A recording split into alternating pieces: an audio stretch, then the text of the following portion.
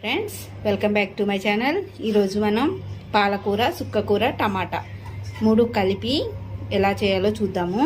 ఇది చాలా టేస్టీగా ఉంటుంది ఫ్రెండ్స్. సుక్కకూర టమాటా కూడా యాడ్ చేస్తున్నాం కాబట్టి పుల్ల పుల్లగా ఉంటుంది. టమాటా అనేది మనకి ఎక్కడ కనిపించదు, చూస్తున్నారు కదా ఫ్రెండ్స్. ఇది ఎలా చేయాలో చూద్దాము. 6 కట్టల వరకు పాలకూర, దీంట్లోకి ఒక 3 కట్టలు సుక్కకూర, అలానే ఒక 10 వరకు టమాటా తీసుకున్నాను. మనం మంచిగా కట్ చేసుకొని శుభ్రంగా 2-3 సార్లు వాటర్లో కడుక్కోవాలి. నేను పచ్చిమిర్చి ఇలా కట్ చేసుకున్నాను. అలానే టమాటా కూడా చిన్న చిన్న పీసెస్ చేసుకున్నా. ఆకుకూర కడిగి శుభ్రం చేసుకున్నాను. ఇప్పుడు స్టవ్ వెలిగించుకొని మనం ఇందులో అయితే కర్రీ చేయాలనుకుంటున్నామో ఆ గిన్నె పెట్టుకోవాలి. ఆయిల్ మరిగిన తర్వాత ఇందులోకి మనం ముందుగా కట్ చేసి పెట్టుకున్న ఆనియన్, పచ్చిమిర్చి యాడ్ చేసుకోవాలి. ఇవి ఫ్రై అయ్యేంత వరకు కూడా మనం వేయించుకోవాలి. ఇందులో నేను కొంచెం పసుపుని యాడ్ చేసుకుంటున్నాను. ఇలా యాడ్ చేసుకోవడం వల్ల ఆనియన్ అనేది తొందరగా ఫ్రై అవుతుంది. ఆనియన్ ఫ్రై అయింది కదా, ఇప్పుడు ఇందులోకి మనం ముందుగా రెడీ చేసుకున్న ఆకుకూరని యాడ్ చేసుకోవాలి.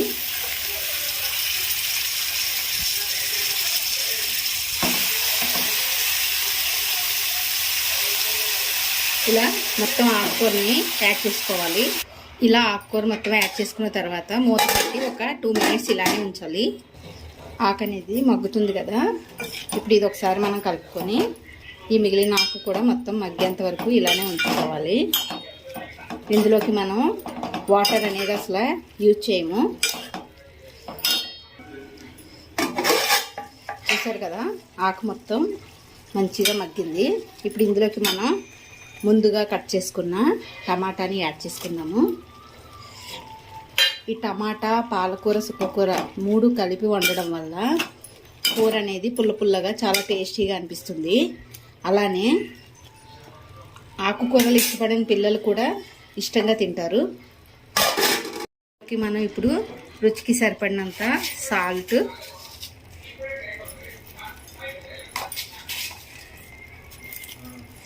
అలానే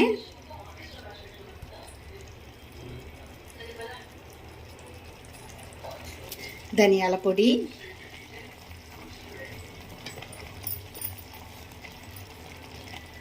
కారం.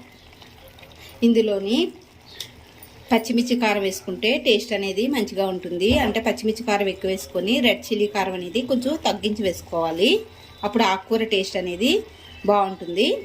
ఇప్పుడు ఇది ఒక 5 మినిట్స్ ఇలానే ఉంచి తర్వాత కలుపుదాము. ఇప్పుడు ఇది ఒకసారి కలుపుకొని ఆయిల్ సెపరేట్ అయ్యేంత వరకు కూడా మూత పెట్టి ఇలానే ఉంచుదాము. మధ్య మధ్యలో కలుపుకుంటూ ఆయిల్ సెపరేట్ అయిన తర్వాత స్టవ్ బంద్ చేసుకోవాలి. చూసారు కదా ఫ్రెండ్స్, కర్రీ నుంచి ఆయిల్ అనేది మంచిగా సెపరేట్ అయింది కదా. ఇప్పుడు మనం దీన్ని స్టవ్ బంద్ చేసుకొని సర్వ్ చేసుకోవచ్చు. ఎంతో టేస్టీగా ఉండే పాలకూర, సుక్కకూర, టమాటా కర్రీ అనేది రెడీ అయింది. మీకు కూడా నచ్చినట్లయితే ట్రై చేయండి ఫ్రెండ్స్.